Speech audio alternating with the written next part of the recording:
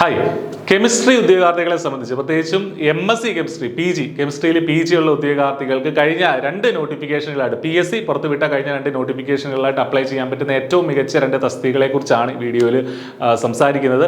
Junior chemist തൊട്ട് മുന്നേത്തെ നോട്ടിഫിക്കേഷനിൽ വന്ന ഒരു നോട്ടിഫിക്കേഷനാണ് ഈ പറഞ്ഞ junior chemist in mining and geology വകുപ്പിലേക്കുള്ള ജൂനിയർ കെമിസ്റ്റ് തസ്തികയിലേക്ക് MSc കെമിസ്ട്രി ഫസ്റ്റ് ക്ലാസ് അല്ലെങ്കിൽ സെക്കൻഡ് ക്ലാസ് യോഗ്യതയോടുകൂടിയുള്ള MSc കെമിസ്ട്രി ഉള്ള ഉദ്യോഗാർത്ഥികൾക്ക് ഇതിന് അപ്ലൈ ചെയ്യാമായിരുന്നു. അതിന്റെ ആപ്ലിക്കേഷൻ ഡേറ്റ് കഴിഞ്ഞിട്ടുണ്ട്. അതോടൊപ്പം തന്നെ നിലവിലത്തെ ഏറ്റവും പുതിയതായിട്ട് വന്ന നോട്ടിഫിക്കേഷനിൽ വന്നിട്ടുള്ള ഒരു നോട്ടിഫിക്കേഷനുള്ള കൂട്ടത്തിലുള്ള ഒരു പരീക്ഷയാണ് കെമിസ്റ്റ് ഇൻ കൊയർഫിഡിലേക്കുള്ള കെമിസ്റ്റ് നിയമനം. പക്ഷേ അതിന് MSc കെമിസ്ട്രി ആണ് ബേസിക് യോഗ്യത. എക്സ്പീരിയൻസ് കൂടെ 5 വർഷത്തെ എക്സ്പീരിയൻസ് കൂടെ അവർ ചോദിക്കുന്നുണ്ട്. അങ്ങനെയുള്ളവർക്കാണ് കെമിസ്റ്റ് തസ്തികയിലേക്ക് അപ്ലൈ ചെയ്യാൻ സാധിക്കുക. പക്ഷേ ജൂനിയർ കെമിസ്ട്രിയിലേക്ക് എക്സ്പീരിയൻസിന്റെ ആവശ്യമില്ല. അപ്പോൾ അതുമായി ബന്ധപ്പെട്ട കാര്യങ്ങളാണ്, എന്താണ് നമ്മൾ പഠിക്കേണ്ടത്, ഈ പരീക്ഷകൾക്കായിട്ട് എന്താണ് പഠിക്കേണ്ടത് എന്നുള്ള കാര്യങ്ങളൊക്കെയാണ് നമ്മൾ ഈ വീഡിയോയിൽ ഡിസ്കസ് ചെയ്യുന്നത്. അതറിഞ്ഞെങ്കിൽ മാത്രമല്ലേ നമുക്ക് തയ്യാറെടുപ്പ് ആരംഭിക്കാനായിട്ട് സാധിക്കുകയുള്ളൂ.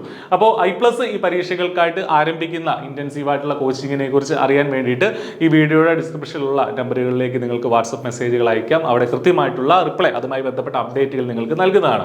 ഓക്കെ, അപ്പോൾ junior chemist mining and geology എന്നുള്ളതാണ് നമ്മൾ നേരത്തെ പറഞ്ഞ ആദ്യത്തെ നോട്ടിഫിക്കേഷൻ എന്ന് പറയുന്നത്.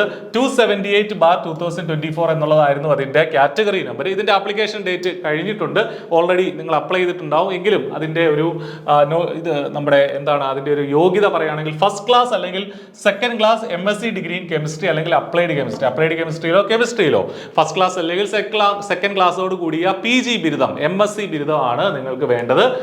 ഇനി കെമിസ്റ്റ് നിലവിലെ നോട്ടിഫിക്കേഷനിൽ ഇപ്പോൾ നിങ്ങൾക്ക് അപ്ലൈ ചെയ്യാൻ പറ്റുന്ന ഒരു നോട്ടിഫിക്കേഷനാണ് കെമിസ്റ്റ് എന്നുള്ളത്. കൊയർഫിഡിലേക്കാണ് ആ നിയമനം വന്നിരിക്കുന്നത്. 325/2024 എന്നുള്ളതാണ് ഈ ഒരു തസ്തികയുടെ കാറ്റഗറി നമ്പർ. അപ്പോൾ അതിന്റെ യോഗ്യത എന്താണ്? Post graduation. അതിന്റെ ഫസ്റ്റ് ക്ലാസ്സോ സെക്കൻഡ് ക്ലാസ്സോ ഒന്നും പറഞ്ഞിട്ടില്ല.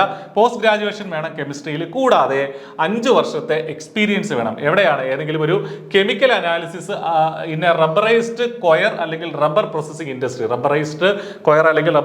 ഇൻഡസ്ട്രിയിലുള്ള കെമിക്കൽ അനാലിസിസിലുള്ള 5 വർഷത്തെ എക്സ്പീരിയൻസ്. അപ്പോൾ കുറച്ച് ഉദ്യോഗാർത്ഥികളെ ഇതിന് അപ്ലിക്കൻസ് ആയിട്ട് ഉണ്ടായിരിക്കുള്ളൂ. അതിന് കോമ്പറ്റീഷൻ കുറവാണ്. പക്ഷേ അതനുസരിച്ച് നല്ലൊരു പോസ്റ്റ് ആണ് എന്നുള്ള കാര്യവും കൃത്യമായിട്ട് മനസ്സിലാക്കുക. ഈ ജൂനിയർ കെമിസ്ട്രിനെ സംബന്ധിച്ചൊക്കെ 1 ലക്ഷത്തിന്റെ ആ ഒരു റേഞ്ചിലാണ് ഈ പറഞ്ഞ സാലറി സ്കെയിൽ, സ്റ്റാർട്ടിങ്ങിലെ സാലറി സ്കെയിൽ വരുന്നത്. പക്ഷേ 56,000 to 1 lakh അതാണ് ആ ഒരു സ്റ്റാർട്ടിങ്ങിലെ സാലറി റേഞ്ച് അവർ പറഞ്ഞിരിക്കുന്നത്. അത്യാവശ്യം മികച്ച ഒരു സാലറി സ്കെയിലാണ്. 56-ൽ തുടങ്ങുന്ന നല്ലൊരു സാലറി സ്കെയിലാണ് ജൂനിയർ കെമിസ്ട്രിയുമായി ബന്ധപ്പെട്ട് ഉള്ളത്.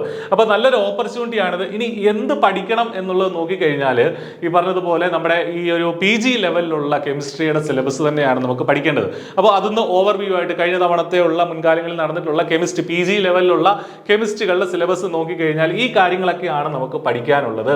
ഇത് മനസ്സിലാക്കി കൃത്യമായിട്ട് ഈ ഒരു ഓർഡറിൽ നമ്മൾ പഠിച്ചു തുടങ്ങിയെങ്കിൽ മാത്രമേ റാങ്ക് ലിസ്റ്റിൽ എത്താനായിട്ട് സാധിക്കുകയുള്ളൂ. Atomic structure and chemical bonding, ഈ കാര്യം നമ്മൾ പഠിക്കേണ്ടിയിരിക്കുന്നു.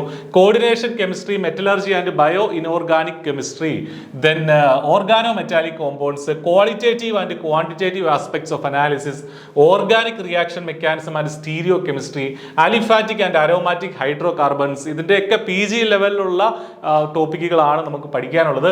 Halogenated hydrocarbons and heterocyclic compounds, then alcohols, phenols, ethers, epoxides and nitrogen compounds, carbonyl compounds, carboxylic acids, then gaseous liquid and solid States, ionic and chemical equilibria, chemical thermodynamics, chemical kinetics, surface chemistry and catalysis, electro chemistry, then molecular spectroscopy. ഈ ടോപ്പിക്കുകൾ നിങ്ങൾ പഠിച്ചിട്ടുണ്ടെന്ന് ഉറപ്പുവരുത്തണം. കാരണം ഇതിന്റെ ഒരു junior കെമിസ്ട്രിയെ സംബന്ധിച്ച് ഒരു detailed ആയിട്ടുള്ള syllabus തൊട്ട് മുന്നത്തെ പരീക്ഷയ്ക്ക് അവൈലബിൾ അല്ല. പക്ഷേ ഇനി വരുന്ന പരീക്ഷകൾക്കെല്ലാം PSC ഡീറ്റെയിൽ ആയിട്ടുള്ള സിലബസ് പബ്ലിഷ് ചെയ്യും. അപ്പോൾ ഈ പരീക്ഷയ്ക്കും ഡീറ്റെയിൽ ആയിട്ട് സിലബസ് ഉണ്ടാവും. എന്ത് തന്നെയാണെങ്കിലും ഈ ടോപ്പിക്കുകളൊക്കെ അതിൽ ഇൻക്ലൂഡഡ് ആയിരിക്കും. അപ്പോൾ തീർച്ചയായിട്ടും നിങ്ങളത് പഠിച്ചു തുടങ്ങണം. I+ സ്റ്റാർട്ട് ചെയ്യുന്ന കോഴ്സിലും ഇതേ സിലബസ് വെച്ചിട്ടുള്ള പാഠഭാഗങ്ങളാണ് നമ്മൾ ഇൻക്ലൂഡ് ചെയ്യുന്നത്. അപ്പോൾ ഒട്ടും വൈകണ്ട, നന്നായിട്ട് തയ്യാറെടുപ്പ് ആരംഭിക്കുക. നന്നായിട്ട് പഠിച്ചാൽ തീർച്ചയായിട്ടും ഏറ്റവും മികച്ച ഒരു സർക്കാർ ജോലിയിലേക്ക് നിങ്ങൾക്ക് എത്താനായിട്ട് സാധിക്കും. All the best. Thank you.